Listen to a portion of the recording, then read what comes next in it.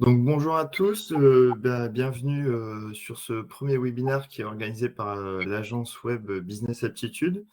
Je me présente, Luc Potel, je suis responsable SEO chez Business Aptitude depuis maintenant 5 ans. Et voilà, j'accompagne nos différents clients sur la mise en place et le déploiement de stratégies de référencement sur le web. Et du coup, sur mon équipe, du coup, voilà, on est 3 et parmi eux, du coup, il y a Nathan ici présent. Donc moi c'est Nathan, j'ai une expérience de 5 ans dans le SEO, j'ai démarré au sein d'une TPE en alternance avec un budget quasi nul. J'ai ensuite été formé au sein de Business Aptitude durant mes 2 années de master. Je suis parti environ 1 an voir comment ça se passait le SEO chez l'annonceur. Et me voilà de retour au sein de Business Aptitude. Du coup, je vais prendre la suite. Bonjour, moi c'est Evan. Du coup, je suis actuellement chef de projet chez Business Aptitude depuis bientôt 1 an. Ayant du coup anciennement d'expérience en tant que développeur web. Donc actuellement, je m'occupe du coup de coordonner, planifier, superviser du coup le déroulement des projets pour s'assurer du coup que ça réponde aux attentes des clients et que les livraisons se fassent dans les délais et qui respectent du coup les budgets établis. On peut peut-être passer à la présentation de Business Aptitude?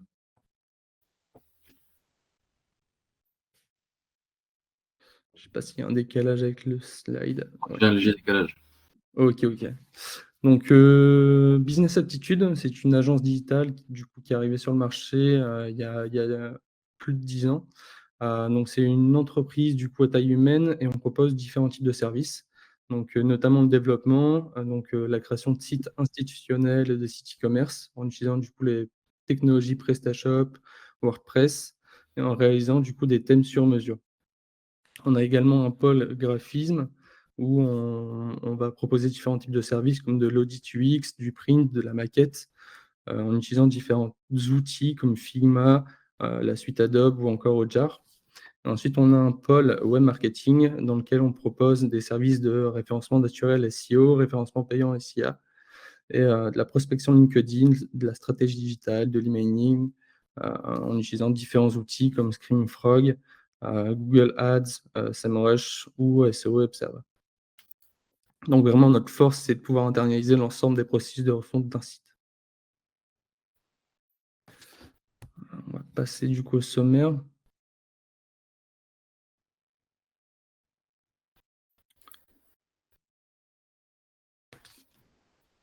Vous l'avez affiché? Ouais, c'est bon, il vient d'arriver. Okay. Donc, nous commencerons par définir ce qu'est une arborescence de site en mettant du coup en avant le rôle crucial dans l'organisation d'un site web. On va identifier du coup les différents symptômes d'une arborescence non optimisée en SEO. Nous allons voir comment une arborescence se matérialise sur un site web, les différents enjeux d'une arborescence SEO friendly. En 5e point, on va voir du coup quelles sont les données sur lesquelles il faut se baser pour construire une arborescence, comment créer une arborescence, quels sont les outils pour créer une arborescence. Et pour finir, du coup, nous allons voir des études de cas où on analyse du coup l'arborescence de cas de nos clients. Donc, je passe la parole à Nathan. Alors, la première question qu'il faut se poser donc, pour ce webinaire, c'est qu'est-ce qu'une arborescence de site? Ça va nous aider à savoir ensuite comment faire une arborescence de site web. En grosso modo, l'arborescence d'un site, c'est le squelette, donc la colonne vertébrale de votre site qui va en fait lier et surtout hiérarchiser les différentes pages de votre site entre elles. Donc on aura, comme on le voit sur le schéma ici, donc la page d'accueil qui va se situer tout en haut de cette arborescence. Ensuite, en fonction, enfin, ça suit le comportement de l'utilisateur, les catégories mères en niveau 1. Et en niveau 2, les sous-catégories ou les sous-pages, parfois même directement les fiches produits. Tout va dépendre de l'arborescence de votre site web. Donc, elle a un rôle pour les moteurs de recherche. L'arborescence va en fait aider les robots crawlers de Google à comprendre les sujets qui sont abordés sur votre site, comment ils sont liés entre eux, et ça va lui permettre d'explorer facilement vos pages, parce qu'elles vont être liées entre elles et organisées surtout. Et ça a aussi un rôle dans l'expérience utilisateur lorsque l'internaute navigue sur votre site web, parce qu'elle va lui permettre une navigation fluide si bien sûr votre arborescence est optimisée. On voulait aussi vous présenter ce qu'était une bonne arborescence SEO, mais en fait tout va dépendre de votre marché, de vos concurrents, de votre site web en lui-même. Donc c'est plus simple de vous montrer les symptômes d'une arborescence non optimisée en SEO. Parmi les symptômes, on en a 5, donc un taux de rebond élevé ou un faible taux d'engagement, une profondeur de page trop élevée, une cannibalisation dans votre positionnement sur Google, des liens brisés ou incohérents, ou des pages orphelines.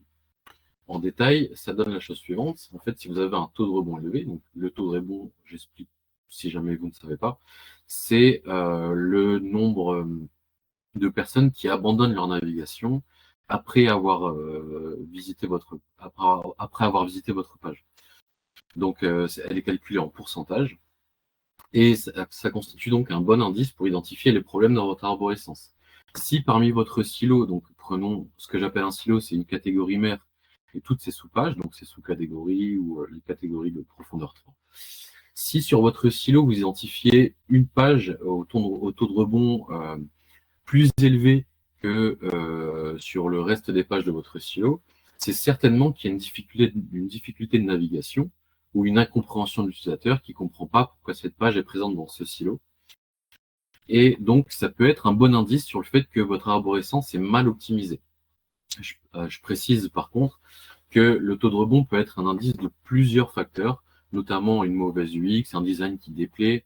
Donc, ce symptôme-là est à corréler avec les 4 symptômes que je vais vous présenter à la suite. Ensuite, la profondeur de page. Ce que j'appelle profondeur de page, c'est le nombre de clics nécessaires depuis la page d'accueil. Donc, admettons une catégorie mère, depuis la page d'accueil, elle nécessite un clic, c'est donc une profondeur 1. Une sous-catégorie nécessite 2 clics, c'est donc une profondeur 2, et ainsi de suite. Et l'idéal, c'est de respecter la règle des 3 clics. Vous le voyez surtout parfois dans les URL, comment elles sont construites. Sachez qu'à chaque slash, on considère qu'il y a un clic à chaque slash dans l'URL, on considère qu'il y a un clic. Donc, il est nécessaire de respecter la règle de 3 clics pour faciliter la navigation de l'utilisateur. On le voit ici, ça a aussi un impact sur le taux de crawl, la profondeur de page.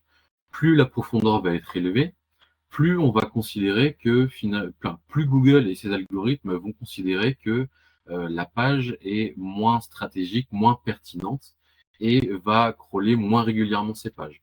Ici, j'ai fait un petit graphique d'exemple qu'on a relevé sur l'un de nos sites web. On voit qu'à partir de la profondeur 4, on tombe à moins de 50% de taux de crawl moyen, donc de visite par les robots des moteurs de recherche sur votre site. Donc, d'où l'intérêt de toujours respecter cette règle des 3 clics, où on voit avec une profondeur 0 sur la page d'accueil, on a 100% de crawl, forcément, et on tombe jusqu'à 60% en profondeur 3, donc accessible sur une page de niveau 2. Aussi, la profondeur de vos pages, elle joue un rôle sur ce qu'on appelle le PageRank. Le PageRank, c'est une valeur, c'est un indice qui est donné pour refléter le jus SEO que transmettent vos pages aux autres pages avec lesquelles elle est liée. On le voit ici sur ce schéma. Ma page F, elle a un PageRank de 0,042. Elle est en profondeur 3. Alors que ma page de profondeur 1 est à 0,204, la page B, et la page donc de profondeur 2, la page E, est à 0,081. Donc, ce qu'on constate, c'est que plus on va en profondeur, moins le PageRank est élevé.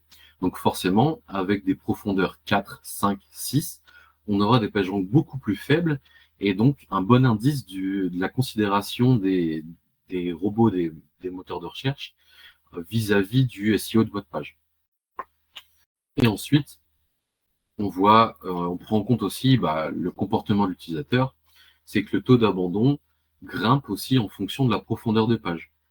À titre informatif, les pages de profondeur 1 à 3, donc catégorie principale, sous-catégorie et peut-être page produit en fonction de votre site, génèrent 8 fois plus de visites en SEO que celles de profondeur 4 ou plus.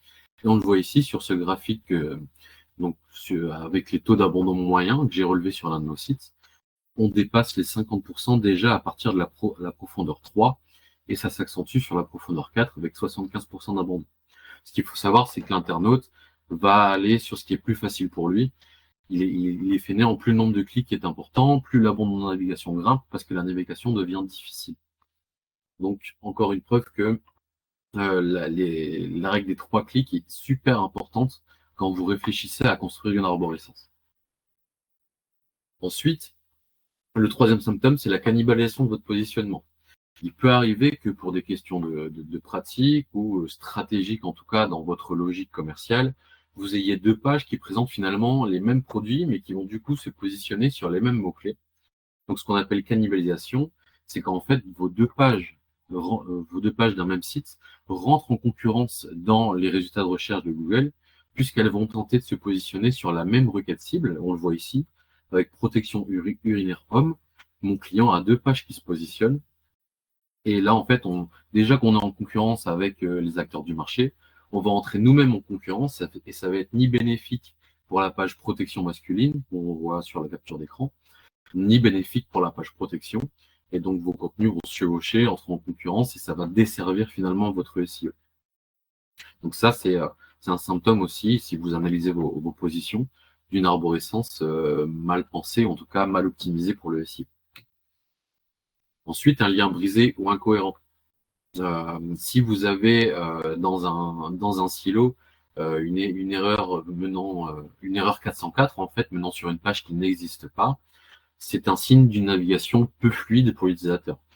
Lui, dans son parcours utilisateur, il va pas comprendre si juste en servant du menu ou du fil d'Ariane, il va tomber sur une erreur 404, donc sur une page qui n'existe pas.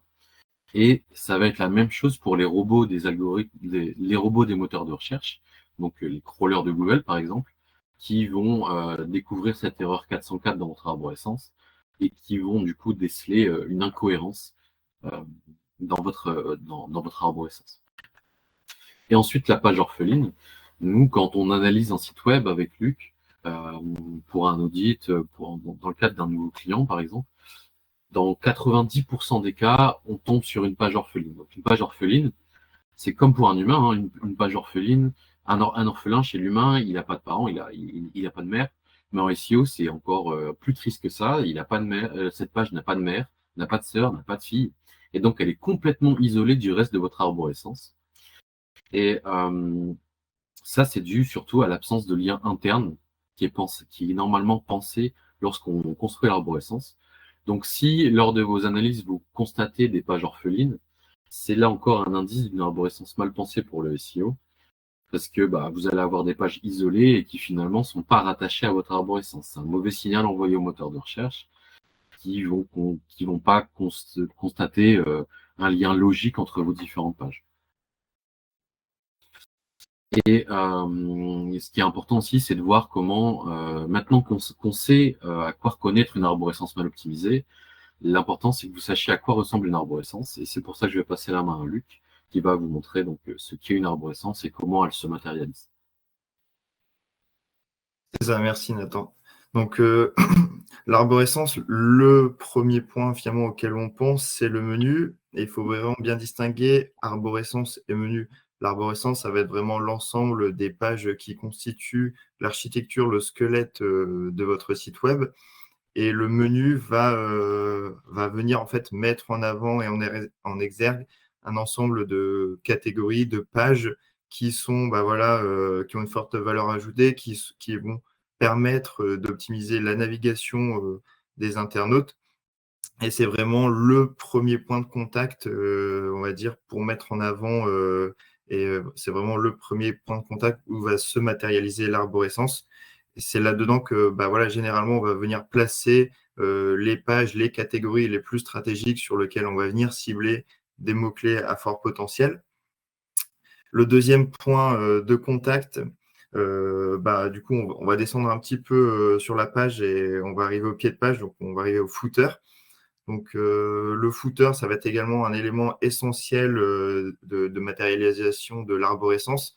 C'est là-dedans que généralement, alors on va souvent retrouver des informations complémentaires plus liées à l'expérience utilisateur, que ce soit sur des parties un peu liées aux mentions légales, aux réseaux sociaux, voilà, liées aux données clients.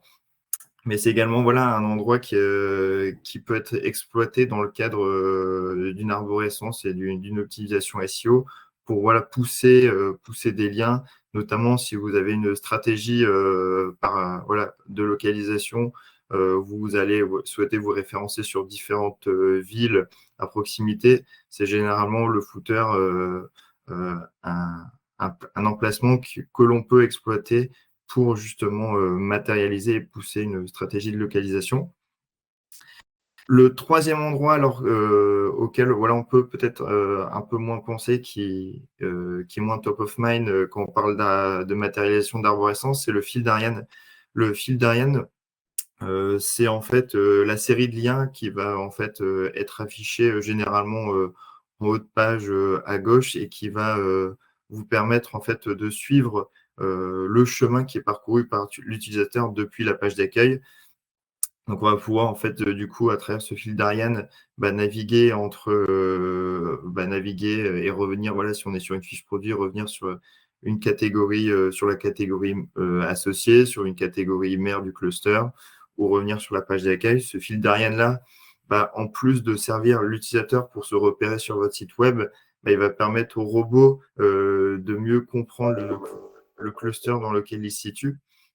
Et donc, ça va être là également un point de contact essentiel dans une bonne pratique d'optimisation SEO de votre arborescence. Le quatrième pilier, donc, il est somme toute assez logique, finalement, c'est les différentes catégories et sous-catégories qui vont composer les pages, qui vont composer l'arborescence du site web. Toutes ces catégories-là, en fait, elles vont permettre d'organiser le contenu. Généralement, voilà, la bonne pratique avec ces catégories, sous-catégories, c'est de créer des silos sémantiques qui vont permettre de regrouper un ensemble de mots-clés qui sont sémantiquement proches et qui voilà, vont vous permettre de venir travailler en profondeur un ensemble de mots-clés génériques, mais surtout la longue traîne à travers les sous-catégories, de sorte à voilà, optimiser au maximum la compréhension du cluster et de la sémantique qui est associée. Et alors l'un des points de contact également, finalement, c'est le maillage interne. Le maillage interne, il va faire en fait référence à toute la structure de lien qui est faite entre les différentes pages sur votre site web, donc vers des catégories connexes, des articles connexes, vers des produits. L'idée, voilà, c'est à travers ce maillage interne de pouvoir aider le robot à comprendre le contenu, les contenus, les contenus connexes. Si vous avez un blog, ça peut être intéressant de venir mailler la catégorie sur les articles et inversement.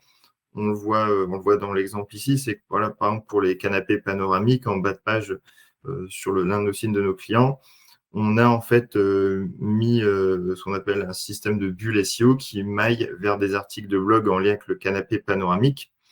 Et sur les articles en lien avec du canapé panoramique, on va faire un lien vers la catégorie canapé panoramique. Ce qui permet en fait de travailler ce qu'on appelle de la réciprocité sémantique et surtout de permettre de travailler l'ensemble des différentes intentions de recherche sur la sémantique du canapé panoramique. Sur les catégories, on va travailler les requêtes commerciales, transactionnelles. Et sur la partie blog, on va davantage cibler les requêtes informationnelles, ce qui va voilà, permettre de travailler l'ensemble de la sémantique du canapé panoramique. Et donc, à travers ce maillage interne, d'aider le robot à mieux comprendre l'arborescence et surtout les différents clusters que l'on a souhaité mettre en place. Alors maintenant, du coup, moi je vais passer à la présentation des différents enjeux d'une arborescence SEO-friendly. Et le premier enjeu, finalement, c'est la facilité de navigation pour les utilisateurs. Parce que voilà, au-delà des optimisations SEO, du fait de bien référencer et de bien positionner différentes URL sur les mots-clés stratégiques, l'un des points hyper importants, c'est que ça soit optimisé au niveau de l'expérience utilisateur. C'est aussi pour ça qu'on parle de démarche SXO aujourd'hui, pour justement en fait faire en sorte que le SEO et l'UX viennent voilà, s'entremêler et puissent proposer voilà, le meilleur de chacun de ces piliers. Donc ça, c'est vraiment le premier enjeu au niveau de l'arborescence, c'est que l'arborescence qui sera construite et proposée puisse permettre une navigation fluide et optimale pour l'internaute. Le deuxième enjeu, c'est l'indexation des différentes URL de l'arborescence. Donc l'indexation, c'est le fait d'afficher une URL de votre site web dans les SERPs de Google, donc dans les résultats de recherche. Donc plus l'arborescence sera optimisée, plus voilà, le taux de clic, la profondeur de clic sera optimisée, plus voilà, ça va faciliter l'indexation et l'affichage des pages dans les résultats de recherche. Donc ça, c'est le deuxième point. L'un des enjeux également, c'est la répartition du jus de lien, ce qu'on appelle aussi le jus SEO. Il faut savoir que voilà, une URL, elle va avoir voilà, une note et une certaine autorité qui lui sera propre sur le site web. Et le fait voilà, de faire des liens internes vers différentes pages, que ce soit à travers voilà, des liens internes, des liens dans le menu, dans le footer, etc., ça va contribuer à transférer ce qu'on appelle du jus SEO vers certaines URL. Et donc, le fait d'avoir une arborescence optimisée et qui se matérialise sur les différents points de contact évoqués précédemment va permettre voilà, d'optimiser au maximum la répartition de ce jus. Et généralement, ce que nous, on préconise avec les clients, c'est de cibler voilà, les URL stratégiques vraiment voilà, qui ont une forte valeur ajoutée pour le client au niveau de l'offre produit proposée, par exemple, et sur lequel il y aura une corrélation avec des mots-clés stratégiques à cibler. Et ensuite, au niveau de l'arborescence, on va faire en sorte à travers les différents points de contact, de mettre en avant et de pousser certaines URL plus que d'autres pour voilà, augmenter le jus SEO de ces différentes URL. Le quatrième point est étroitement lié finalement avec le point précédent, c'est l'optimisation des mots-clés. Voilà, si votre arborescence est vraiment bien pensée avec voilà, en amont un audit sémantique qui permet d'analyser les différentes intentions de recherche des internautes, vous allez ensuite pouvoir voilà, placer au mieux ces différents mots-clés dans l'arborescence de votre site, et donc d'optimiser le positionnement et donc la visibilité de vos URL sur les différents mots-clés ciblés. Un autre enjeu, c'est améliorer l'expérience utilisateur aussi, parce que c'est aussi un point d'attention que j'ai toujours lorsqu'on fait des refontes, c'est bien de penser une arborescence en termes de SEO, de la construire pour répondre aux différentes intentions de recherche des internautes, mais il ne faut pas oublier également de prendre en compte à la fois l'identité qui fait l'identité du client, ce qui fait sa marque, son offre produit, mais également de prendre en compte voilà, ses clients actuels, leur mode de fonctionnement, d'avoir une vraie analyse comportementale des internautes qui vont arriver sur le site, de sorte à voilà, optimiser le trafic qui va atterrir sur le site web. L'un des enjeux, c'est aussi, Nathan en parlait dans les différents symptômes, c'est de réduire la cannibalisation des mots-clés.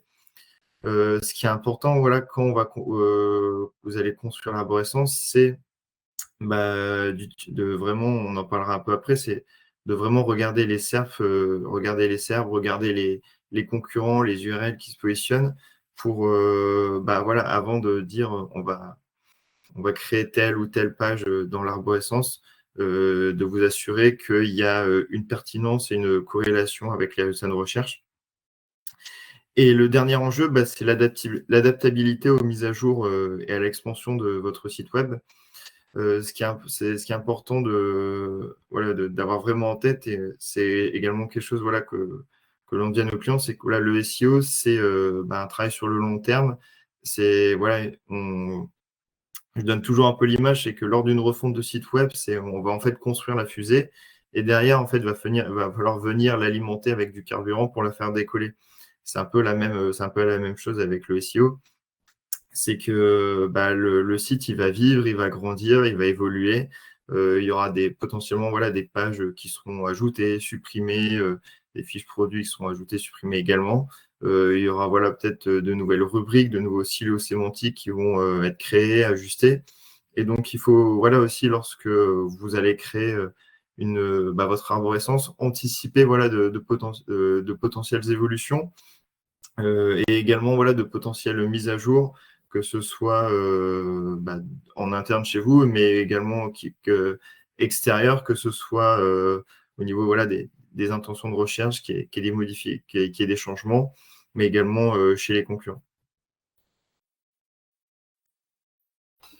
Donc, je vais maintenant laisser la parole à Nathan pour vous présenter les données à partir desquelles construire une arborescence. Alors, donc, si vous voulez construire une arborescence à partir, donc, vous savez désormais quelles sont les mauvaises pratiques, vous savez désormais les enjeux de l'arborescence. Maintenant, si vous voulez construire une arborescence et qu'elle soit optimisée, en tout cas pour les SEO, il y a 5 éléments à aller regarder tout d'abord. Donc, en premier lieu, ce sont vos concurrents. Essayez de voir ce que font vos concurrents en termes d'arborescence et prenez du recul là-dessus en essayant de vous dire quelles sont les choses qui vous paraissent bien, quelles sont les choses qui vous paraissent mal optimisées et essayez surtout de vous inspirer de ce qui vous paraît optimisé. Ensuite, l'idée, c'est d'aller vérifier dans les résultats de recherche de Google. Vous allez chercher vos mots-clés cibles, vos mots-clés stratégiques, et vous regardez ce que Google propose à l'utilisateur dans ses résultats de recherche. Cliquez sur le top 3 et analysez l'arborescence. Est-ce qu'actuellement vous avez la même? Est-ce que dans ce que vous avez vu, si vous n'avez pas encore de site et que vous réfléchissez à construire une arborescence, ou si vous êtes en instance de refonte, en projet de refonte, est-ce que ce que vous avez vu chez vos concurrents précédemment, ça correspond plutôt à ce que vous voyez dans le top 3 des résultats de recherche de Google? Et prenez des notes aussi sur ce qui est fait. Quelles sont les catégories mères, quelles sont les sous-catégories, et comment sont hiérarchisées entre elles les différentes pages sur une offre similaire à la vôtre. Regardez ensuite les intentions de recherche. Sur vos mots-clés, demandez-vous si déjà vos mots-clés, selon vous, répondent à une intention de recherche informationnelle, où l'utilisateur va chercher une réponse, une information, une question qui se pose.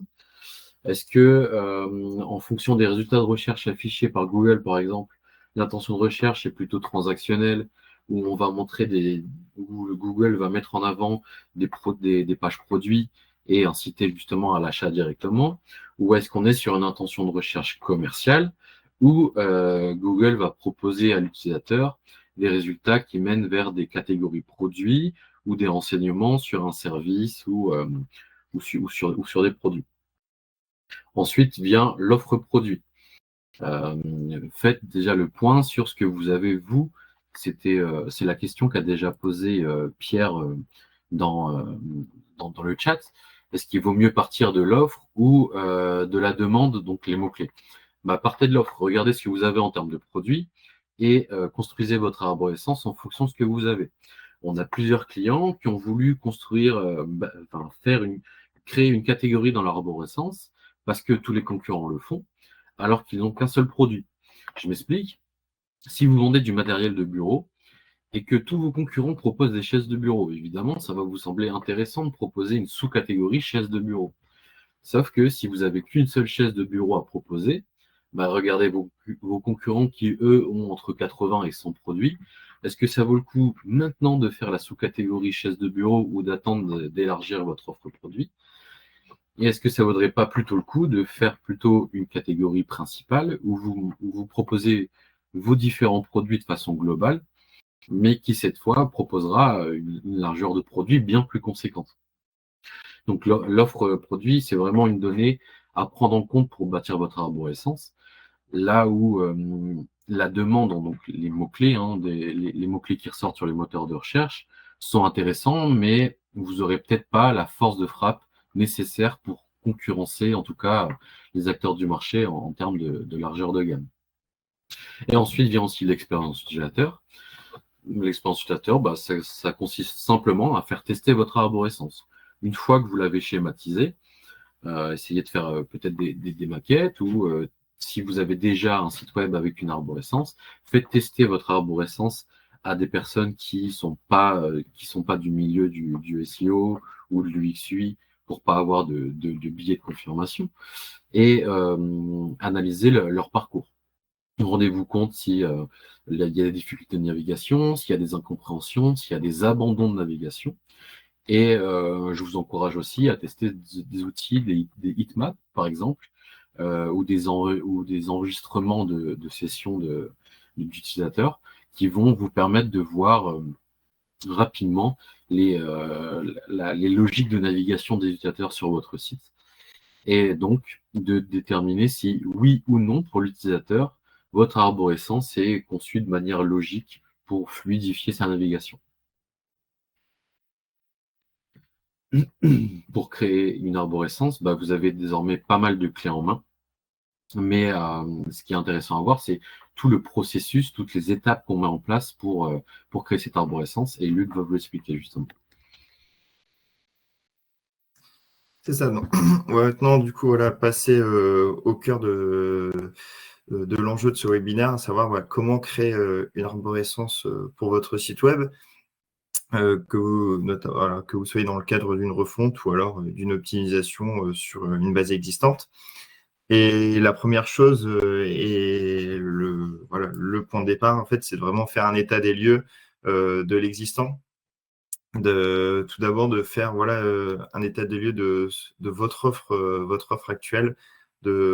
Si on est sur un e-commerce, par exemple, de regarder un peu les volumes de produits qui sont associés à chaque famille de produits, à chaque catégorie, sous-catégorie, d'avoir vraiment cette vision, de pouvoir en amont avec le client identifier, voir ou vous de votre côté en interne identifier le cœur de business, les mots-clés stratégiques, voir où vous avez finalement un avantage concurrentiel par rapport aux autres sites qui s'affichent dans les SERP.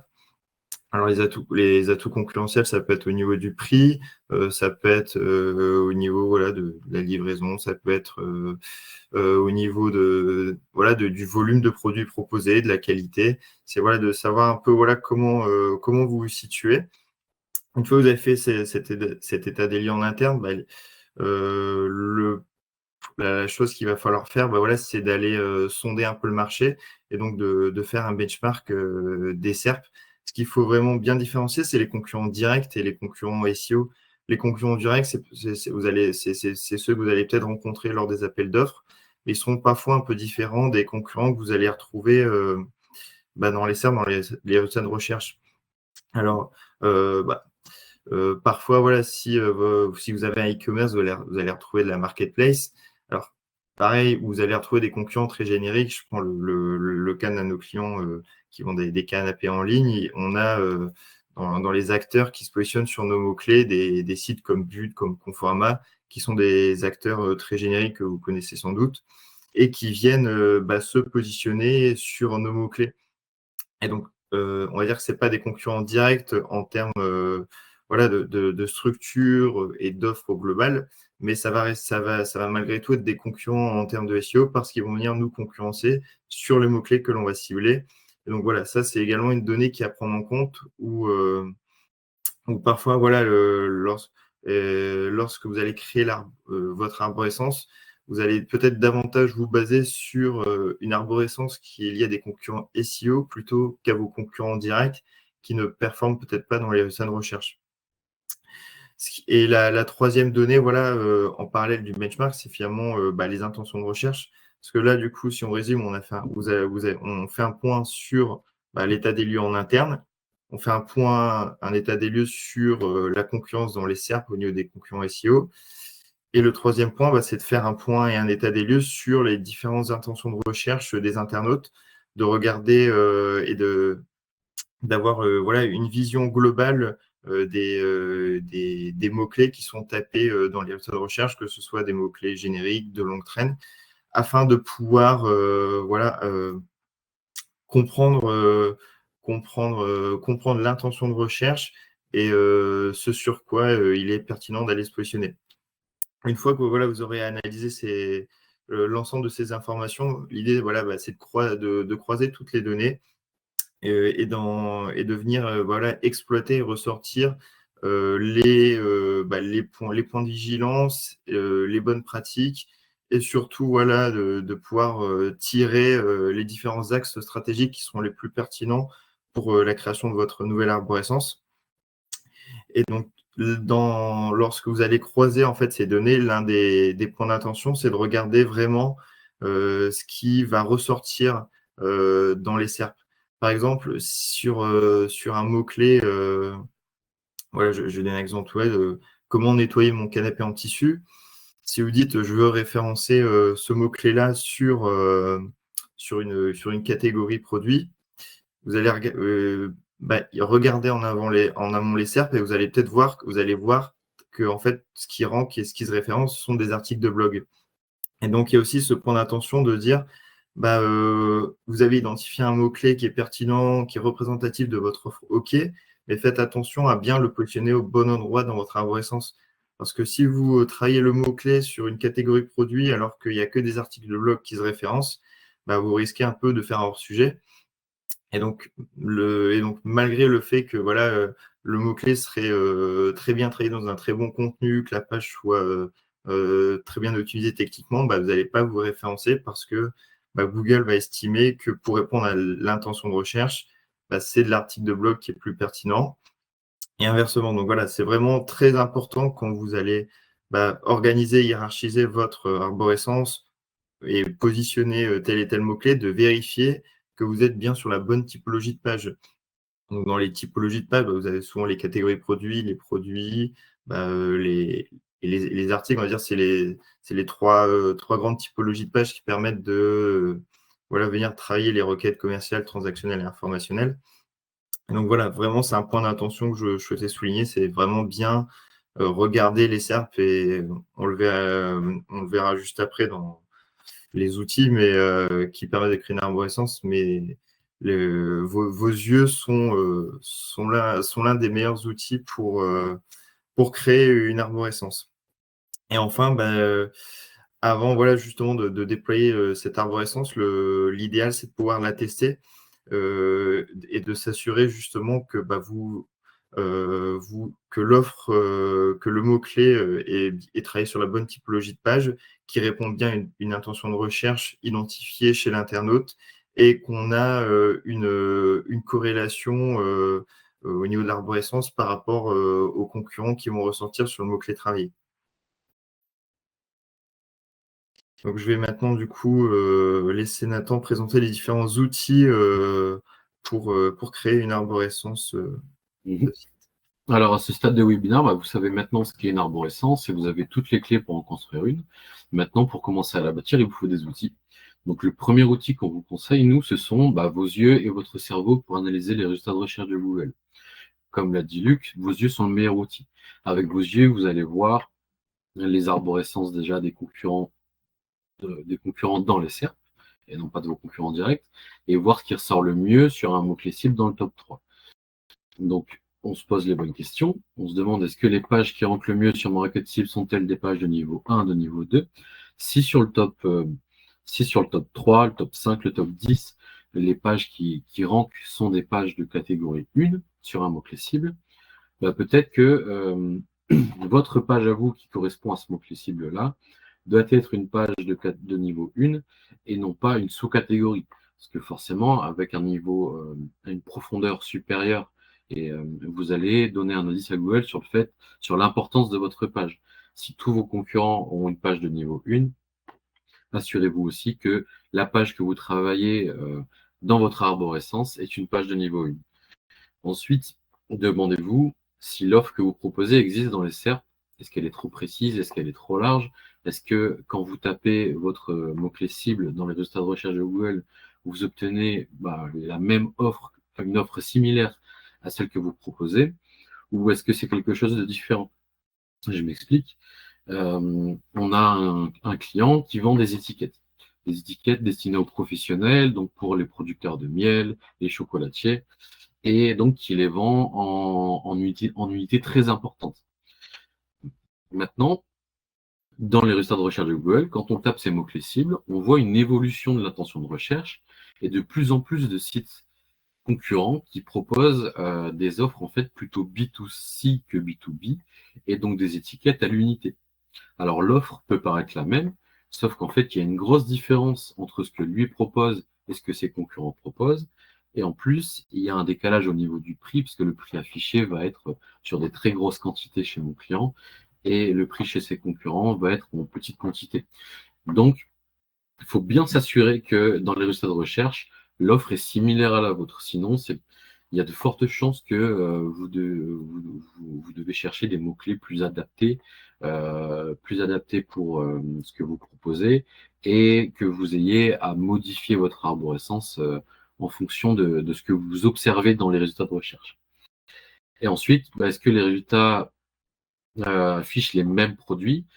Parfois, il y a des incohérences totales, où là, cette fois, je vous ai présenté une différence subtile chez mon client, mais parfois, il y a des incohérences complètes où on va se rendre compte que sur le mot-clé qu'on a recherché, finalement, ce sont des articles de blog qui ressortent, alors que nous, on a essayé de travailler notre page produit ou notre page catégorie, ou peut-être inversement, on va essayer de travailler des articles de blog sur des requêtes commerciales et transactionnelles, là où Google va proposer à l'utilisateur des produits, des services ou des pages catégories. Donc, c'est sur ces trois éléments-là où vous allez devoir être vigilant et bien observer, et surtout analyser ce que vous voyez pour construire votre arborescence en conséquence. Via un deuxième outil, c'est l'outil MindMap, donc soit GlueMap, soit Whimsical, qui va vous permettre de produire donc une arborescence schématisée, comme vous la voyez sur la capture d'écran ici. Donc on le voit ici, c'est hyper pratique pour illustrer une arborescence et la transmettre soit à son développeur, soit à son traffic manager, soit à son agence SEO. Où ici, on a par exemple la page d'accueil qui est tout en haut, les catégories mères, qui sont donc le premier rang, et ensuite viennent toutes les sous-catégories pour schématiser l'arborescence. Donc Google Maps, nous on l'utilise au quotidien. C'est un outil qui est gratuit et qui est plutôt simple, qui est en glisser-déposer. Donc c'est un outil facile à aborder qui va vous permettre, une fois que vous avez analysé et que vous avez une idée de ce à quoi va ressembler votre arborescence, de la poser pas sur papier mais sur écran et de pouvoir la schématiser pour vos équipes. Et on en vient donc aux études de cas qui vont être très pratiques pour vous, pour illustrer des cas concrets, des exemples réels de ce qu'on a pu faire en termes d'optimisation d'arborescence, de construction d'arborescence. On va vous présenter quelques études, soit dans le cadre de refonte, donc où les sites ont été complètement modifiés. Ça peut être même le cas sur des sites qui sont créés, qui n'existaient pas avant, et des cas d'optimisation et de réoptimisation sur des arborescences existantes. Là, c'est le cas pour Pradel. Donc, Pradel, c'est un de mes clients qui propose des ustensiles de cuisine en ligne où il avait en fait déjà une arborescence existante qui était la suivante. Donc, on le voit ici sur la capture d'écran. La catégorie mère, c'était coutellerie et découpe, avec une sous-catégorie couteau de cuisine. Et en fait, cette catégorie mère, coutellerie et découpe, elle a été créée dans une logique en fait de regrouper toutes les sous-catégories liées au couteau et à la découpe, mais elle n'est pas stratégique en termes de SEO, parce que cette catégorie mère se positionnait sur aucun mot-clé, ou en tout cas, lorsqu'elle se positionnait sur des mots-clés, ça cannibalisait avec ma catégorie super stratégique, donc qui est la sous-catégorie couteau de cuisine. Et en fait, elle rajoutait aussi surtout un niveau de profondeur à cette catégorie stratégique qui faisait en sorte de diluer le PageRank que je vous ai montré, que je vous ai illustré tout à l'heure. Donc finalement, en fait, cette catégorie coutellerie et découpe, elle me posait problème. Donc le constat dans les SERP, c'est que les deux catégories, couteau de cuisine et coutellerie et découpe, ne se positionnaient pas de manière optimale parce qu'elles avaient tendance en fait à rentrer en concurrence entre elles et à se cannibaliser donc. Et les URL qui se positionnaient sur le mot-clé couteau de cuisine dans les SERP correspondait généralement à une catégorie principale, là où moi, ma catégorie couteau de cuisine était une sous-catégorie. Donc ma préconisation pour optimiser l'arborescence et par la suite le positionnement et le trafic de Pradel, c'était de remonter d'un niveau la catégorie couteau de cuisine et la catégorie outils de découpe qu'on voit ici pour en faire des catégories mères, et de supprimer la catégorie mère existante auparavant, coutellerie et découpe. Et donc de là, on a réussi à se positionner dans le top 5 sur des mots-clés comme couteau de cuisine, et on a réussi à développer le trafic parce que maintenant la catégorie couteau de cuisine est une catégorie mère, ce qui correspond à ce que présentent en fait finalement les concurrents dans les résultats de recherche de Google. Donc ça, c'est un bel exemple d'optimisation où même lorsqu'on a construit une arborescence, on peut toujours venir l'optimiser et la modifier à l'avenir en fonction de ce qu'on observe dans notre positionnement et dans les résultats de recherche de Google. On a aussi le cas sur Domotex. Donc Domotex, c'est un de mes clients qui propose du tissu aux industries, aux créateurs, donc en une offre de gros pour les B2B. La demande du client, en fait, ils avaient une volonté d'avoir une offre de tissu uni dans laquelle on retrouve aussi une sous-catégorie tissu coton uni. Donc l'idée, c'est d'avoir un silo tissu uni suivi de plein de sous-catégories avec le nom du tissu plus uni. Donc coton uni, jersey uni, plein de sous-pages de cette sorte. Et ce qu'on observe dans les SERP, c'est qu'en fait, finalement, la catégorie mère tissu uni et la sous-catégorie tissu coton uni, quand on tape le mot-clé cible dans les SERP, on obtient des SERP très similaires, pour ne pas dire exactement les mêmes, où on le voit ici, sur la capture d'écran, j'ai tapé tissu coton uni, je retrouve bien des offres de tissu coton uni, mais quand je tape aussi tissu uni dans Google, j'obtiens les mêmes résultats. Donc finalement, aucune de ces deux URL ne parvenait à se positionner de manière optimale sur un mot-clé cible, parce que finalement, les deux pages répondent à la même intention de recherche, qui est l'intention qui est de trouver du tissu coton uni. Donc ça nous fait de la cannibalisation, donc de la concurrence entre nos pages à nouveau, et finalement, c'est optimal ni pour la catégorie mère, ni pour la sous-catégorie, parce que finalement, elle se positionne mal, et finalement, à terme, génère peu de trafic. Donc, ma préconisation pour ce client, c'était d'inclure la notion de coton uni sur la catégorie mère, donc sur la page tissu uni, et sur la sous-catégorie, plutôt travailler la requête tissu coton et d'oublier cette idée de uni, parce que là, quand on tape tissu coton dans Google, on obtient des résultats qui sont propres au tissu coton et qui finalement, chez Domotex, mon client, n'est pas proposé sur d'autres pages. Donc là, c'était une manière aussi d'optimiser son arborescence pour éviter la cannibalisation et pour faire en sorte que chaque page réponde à un mot-clé qui lui est propre et une intention de recherche qui lui est propre. Je laisse Luc poursuivre sur Idilcar, qui est là pour le coup une refonte. Ouais, merci Nathan. Donc Idilcar, pour contextualiser, c'est un site e-commerce de vente de véhicules de loisirs, de voyage, donc de style camping-car, caravane, fourgon aménagé, etc. Donc l'état des lieux avant optimisation, c'est que sur le site, il y avait deux offres produits, la vente de véhicules de loisirs d'occasion et la vente de véhicules de loisirs neufs. Et les deux offres produits étaient travaillées sur une seule et même URL pour chaque type de véhicule. Donc, on se retrouvait avec des camping-cars neufs et d'occasion sur la même URL, des caravanes neuves et d'occasion sur la même URL, etc. Donc, ça, c'était le constat qui avait été fait au niveau de l'état des lieux. Et moi, voilà, quand du coup on a fait la refonte et que lors de l'audit, j'ai analysé un peu les SERP, donc et les résultats de recherche sur les différents mots-clés ciblés, j'avais constaté que les deux offres produits, à savoir l'occasion et le neuf, elles étaient généralement traitées dans deux clusters sémantiques distincts, notamment voilà, dans le top 10 des SERP. Et donc, ce que j'avais également constaté, c'est qu'on avait vraiment, voilà, de manière générale, deux silos sémantiques qui étaient travaillés avec vraiment l'offre produit l'offre produit bien distinguée. Donc, ma préconisation, voilà, ça a été de suivre voilà, les best practices au niveau des top concurrents et de créer 2 silos sémantiques distincts pour le neuf et pour l'occasion. Et donc, à l'intérieur de chaque silo sémantique, de retrouver les différents types de véhicules associés à l'offre produit. On se retrouve ici, on le voit avec l'image à droite, dans le neuf, voilà, camping-car neuf, fourgon aménagé neuf, etc.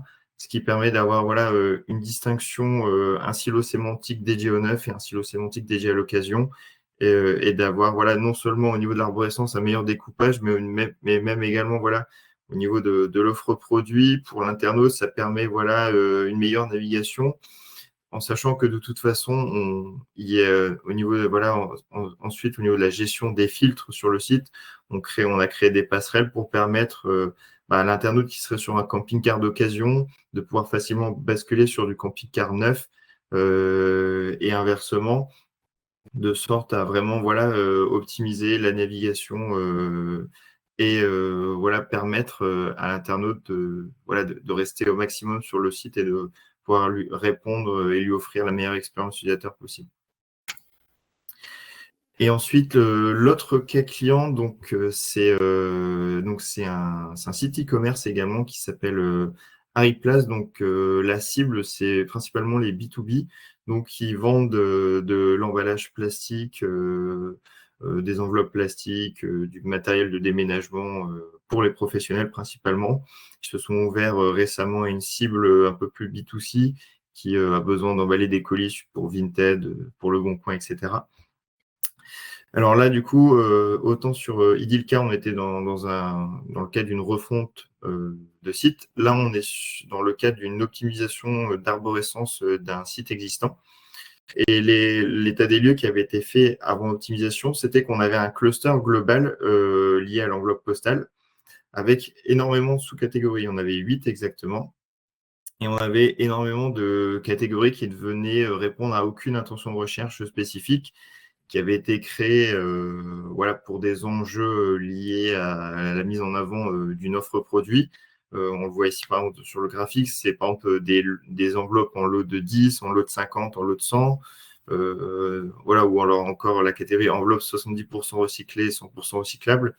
C'est des typologies de pages, etc., qui peuvent avoir un atout dans la mise en avant de l'offre, mais qui ne servaient pas forcément la stratégie SEO et qui, au contraire, venaient plutôt la desservir, diluer le SEO. Donc, ça c'était au niveau de, voilà, des sous-catégories, c'était le constat. Ce qu'on avait également constaté, c'est qu'on avait une cannibalisation sémantique entre plusieurs URL du même cluster. Je pense notamment entre enveloppe plastique et enveloppe plastique colis. On avait qui est donc enveloppe plastique colis, qui est une sous-catégorie d'enveloppe plastique. On avait une cannibalisation sur le mot-clé enveloppe plastique entre les deux pages, ce qui fait que là, au lieu qu'une des deux performe bien, on avait voilà une dilution et donc les deux voilà se tirent un peu une balle dans le pied. Et le constat également qui avait été fait, c'est qu'on avait une double entrée dans le menu au niveau de certaines pages. On peut le voir ici sur le graphique de droite. Alors ça, c'était pareil pour... c'était un besoin client parce que les anciens clients avaient certaines habitudes, notamment de retrouver en dessous d'enveloppe plastique certaines URL et certaines catégories. Et donc, pour ne pas les perturber, ils avaient laissé la double entrée. Mais en termes de SEO, ce n'était pas forcément ce qu'on souhaitait. Et justement, on avait une dilution du jeu SEO à travers le menu et à travers cette double entrée. Donc, ce que j'ai fait et ce qui est fait sur, voilà, comme sur toutes les études de cas comme on a vu avant, c'est d'abord d'analyser à nouveau les SERP. Et ce que moi j'avais constaté notamment, c'était que la catégorie enveloppe plastique et la catégorie enveloppe bulle, qui sont vraiment les deux sémantiques les plus stratégiques pour notre client, étaient travaillées en niveau 1 dans l'arborescence chez les top concurrents. Et donc, la préconisation, tu peux passer la slide, Nathan. La préconisation, c'était vraiment vraiment restructurer le cluster de l'enveloppe et tout d'abord de faire un peu un grand ménage de printemps au niveau des catégories, de supprimer toutes celles qui ne généraient pas de trafic et qui surtout ne venaient répondre à aucune intention de recherche. Et quand on regardait un peu les SERPs sur lesquels aucun concurrent ne venait proposer de catégorie. Je reprends l'exemple des catégories en lot de 50, en lot de 10, en lot de 100. Nous, ce qu'on a préconisé et donc ce qui a été fait, si vous allez voir sur le site d'Ariplace, c'est de travailler vraiment sans filtre. L'idée, c'est ce système de lot, c'est intéressant, c'est voilà, pour optimiser la navigation de l'internaute, mais il n'y a pas forcément besoin de créer des catégories. Ça peut être parfaitement géré sur un système de filtre, et c'est même en termes d'expérience utilisateur, c'est beaucoup plus adapté. Donc, il y a vraiment eu ce travail d'optimisation, alors non seulement de l'arborescence, mais également on a repensé en fait tout le système de filtre, où l'idée c'était un peu ce qu'on disait aussi au cours de ce webinaire, c'est que il y a l'offre du client, ce qu'il veut mettre en avant, et il y a les besoins du SEO. Et donc le système de filtre était un bon compromis sur le fait de conserver cette identité et ces catégories par lot, mais d'une autre manière, de sorte à ce que ça ne desserve pas le SEO, mais que ça ne desserve pas non plus la mise en avant de l'offre produit du client. Donc, ce qui nous a amené du coup à supprimer toutes ces catégories peu stratégiques en termes de SEO, et surtout de remonter, de supprimer enveloppe postale et de remonter enveloppe classique, enveloppe bulle en niveau 1 dans l'arborescence, donc de sorte à ce qu'elles aient davantage de poids au niveau de l'architecture du site, dans l'architecture du site web, et qu'on puisse vraiment capitaliser sur quelques URL bien stratégiques, bien ciblées, sur lesquelles on allait pouvoir travailler les différentes sémantiques. Ce qu'on a fait également, c'est que du coup, pour le terme enveloppe postale et enveloppe classique, on avait vu qu'en fait, ces deux sémantiques étaient travaillées généralement et se référençaient chez les concurrents sur enveloppe plastique. Donc, on a inclus la dimension enveloppe postale dans la catégorie enveloppe plastique, ce qui nous a du coup amené à retrouver 4 catégories bien distinctes en niveau 1 et à supprimer toutes les catégories qui venaient générer de la cannibalisation, qui ne généraient pas de trafic, qui étaient non pertinentes en termes de SEO et qui venaient diluer le jus SEO globalement sur l'arborescence du site. Donc, on en a terminé maintenant avec du coup ces études de cas. Et le webinaire a commencé depuis 59 minutes. On est parfait dans le timing des 1 heure. Donc, je sais pas, c'est le moment. Si certains ont des questions par rapport à ce qui a été présenté, n'hésitez pas à poser vos questions dans l'onglet dédié sur la conversation. Pierre, on avait répondu à ta question. Normalement, donc ça, c'était bon. Voilà, je ne sais pas si vous avez des questions. En tout cas, de toute façon, si par la suite vous auriez des questions, des retours à nous faire, n'hésitez pas à nous contacter directement sur LinkedIn pour qu'on puisse, on se fera un plaisir d'échanger avec vous sur que ce soit sur ce webinaire ou plus globalement sur le SEO ou d'autres sujets en lien avec le web marketing. Il n'y a pas de souci. Le replay de ce webinaire sera disponible. On fera pareil une petite récap avec le lien du webinaire. Si vous souhaitez revoir des éléments, il n'y a pas de souci. Et également, si vous souhaitez obtenir la présentation qui est partagée actuellement par Nathan, vous pourrez le faire vous pouvez nous envoyer un petit mail sur webinar@business-aptitude.com. Alors pareil, on fera un petit post avec l'adresse mail. Donc surtout n'hésitez pas. En tout cas, on a été ravis de cette première expérience et on espère que ça vous a plu, on espère que vous avez appris des choses, que ça vous a intéressé, que surtout ça pourra vous servir dans le cadre d'une refonte de votre site web ou voilà, dans le cadre de l'optimisation de votre site actuel. Moi, je vais ajouter le mot de la fin. Donc, j'espère que vous avez pu apprendre pas mal de choses sur l'arborescence. Si jamais vous n'avez pas les ressources ou pas le temps ou du temps à accorder à votre arborescence, n'hésitez pas aussi à faire appel à Business Aptitude. On sera ravis de vous conseiller et pourquoi pas de faire un pré-audit de votre site si besoin. Tout le monde, est-ce que Evan, tu as un petit mot pour la fin? Je vous remercie à tous d'avoir écouté et d'avoir également participé. N'hésitez pas, si vous avez des questions, du coup, à nous contacter à partir de nos différents canaux. Voilà, merci à tous.